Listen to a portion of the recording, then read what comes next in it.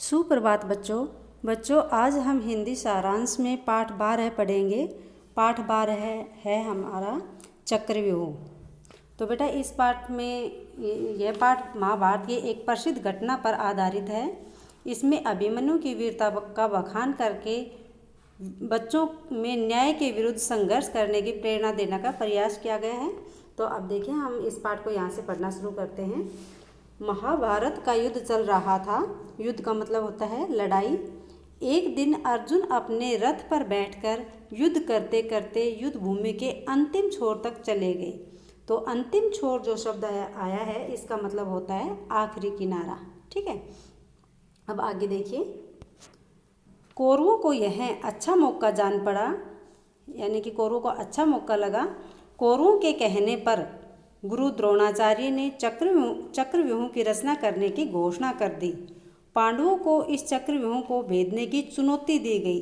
तो चुनौती जो शब्द आया है इसका अर्थ होता है ललकार। ठीक है, तो पांडवों को इस चक्रव्यूह को भेदने की ललकार दी गई, यानी कि चुनौती दी गई। चक्रव्यूह की घोषणा से युधिष्ठिर बहुत चिंतित थे। चिंतित जो शब्द आया है इसका मतलब होता है परेशान।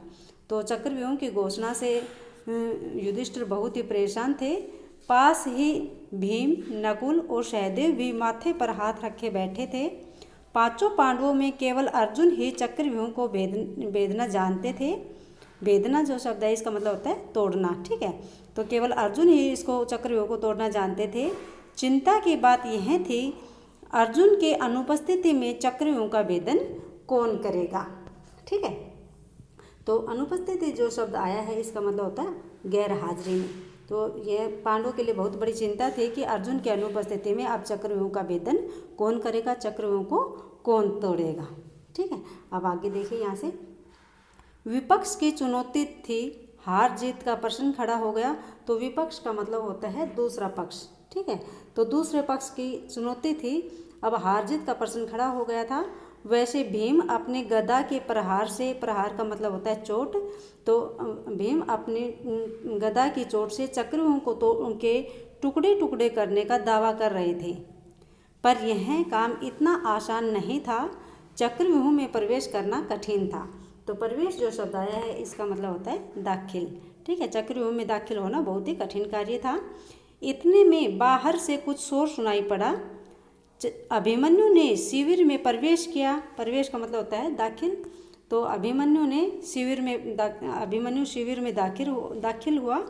उसने सबसे पहले महाराज युधिष्ठिर के चरण स्पर्श किए और उन्हें प्रणाम किया।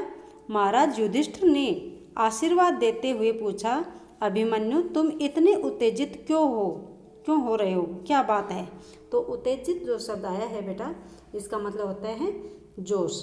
ठीक है, तो महाराज युधिष्ठिर ने उन्हें आशीर्वाद दिया और पूछा, अभिमन्यु तुम इतने जोश में क्यों हो, क्या बात है। तो अभिमन्यु कहता है यहाँ से देखिए, आज मैं युद्ध करने जाऊँगा, मुझे आज्ञा दीजिए महाराज। अभिमन्यु ने हाथ जोड़कर कहा। तो अभिमन्यु ने हाथ जोड़कर युधिष्ठिर से कहा, महाराज मुझे युद्ध करने की आज्ञा दीजिए, मैं आज युद्ध करने जाऊँगा। ठीक है, अब आगे देखिए। भीम बोले, क्या तुम युद्ध करने जाओगे? आज का युद्ध तो बहुत ही भयंकर है।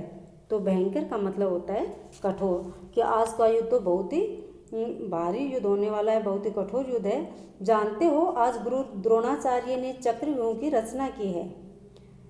इसे भेदना तुम्हारे पिता अर्जुन के अलावा किसी और को नहीं आता। तुम तो अभी बालक हो।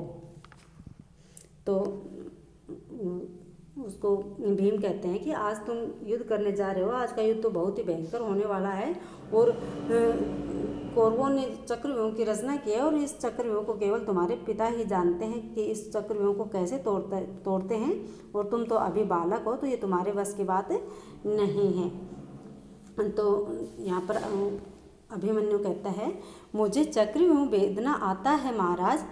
पिताजी एक बार माँ को चक्रव्यूह भेदने की विधि बता रहे थे तो मैंने उसे सुन लिया।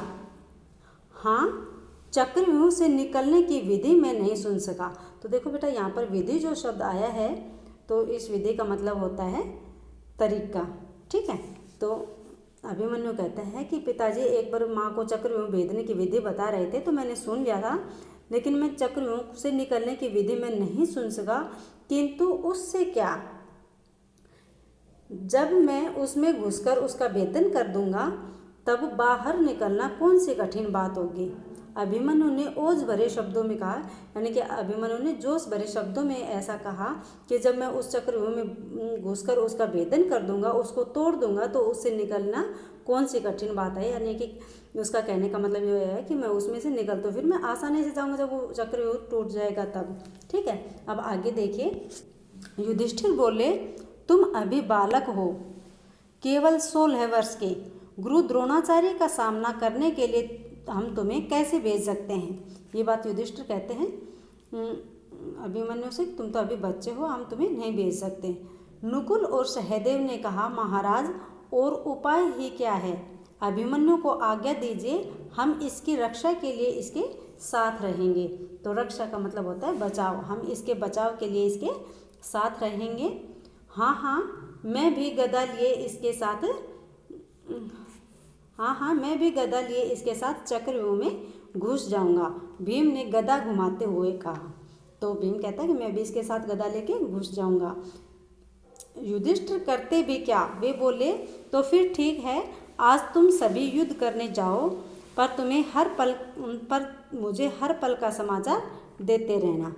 अब युधिष्ठिर इस बात के लिए राजी हो जाते हैं, कहते हैं कि ठीक है तुम सब जाओ, लेकिन मुझे हर पल यानी कि हर समय का समाचार देते रहना। अब आगे देखिए। अभिमन्यु अपने कुछ सैनिकों को लेकर युद्ध भूमि में पहुंचा ही था कि रणभेरी बज उठी। तो रणभेरी जो शब्द आया है बेटा, इसका मतलब होता है युद्ध का नगाड़ा। तो अभिमन्यु ने जैसे ही युद्ध भूमि में प्रवेश किया तो दुश्मन की सेना उन पर टूट पड़ती है और युद्ध का नगाड़ा बजने लगता है, यानी कि युद्ध करने के लिए सब तैयार हो जाते हैं। शत्रु सेना उन पर टूट पड़ी। अभिमन्यु शत्रुओं को मारता काटता आगे बढ़ता चला जा रहा था। कौरव सेना के बड़े बड़े वीर घायल होकर इधर उधर भागने लगे। यानी कि अभिमन्यु था, उसने बहुत अच्छे से युद्ध किया और सामने वाली जो सेना थी वो उससे डर गई और उन पर अभिमन्यु भारी पड़ा, इतने लोगों पर भी। अब आगे देखिए। सामने ही चक्रव्यूह था, इसके प्रथम द्वार की रक्षा जयद्रथ कर रहा था। तो जो द्वार जो शब्द आया है इसका मतलब होता है दरवाजा। तो सामने ही चक्रव्यूह था और उसके प्रथम द्वार पर जयद्रथ खड़ा था और अभिमन्यु ने एक बाण जयद्रथ को मारा और वह चक्रव्यूह में घुस गया। यानी एक बाण जयद्रथ को मारते ही जयद्रथ तो वहाँ पर घायल हो गया और चक्रव्यूह में घुस गया अभिमन्यु। अब आगे का पाठ बेटा हम कल पढ़ेंगे। आज के लिए इतना ही। तो आप इस पाठ को खुद 1-2 बार पढ़ना और अच्छे से समझने की कोशिश करना। धन्यवाद। आपका दिन मंगलमय हो।